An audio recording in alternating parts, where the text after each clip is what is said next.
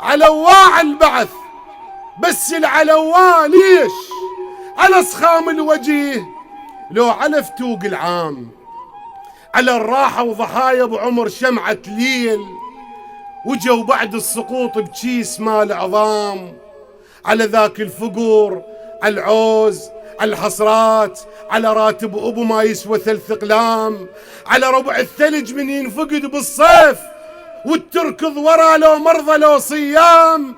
دورت البعث من الألف للياء، أكبر راس بيهم فكرة مال أقزام، لو ناقص شرف، لو ابن حيض وصار، لو نازع الغيرة من الجدام للهام. اللي يمدح بالبعث عايش براسه ابليس، واولاد الرفاق موهمي بوهام. اذا قارن صدق ونقيس على الموجود ما بين الشرف والعهر والظلام، كاس العاهرة اللي ما طهر ساعة بيام اطهر من حليب اللي يمدح بصدام.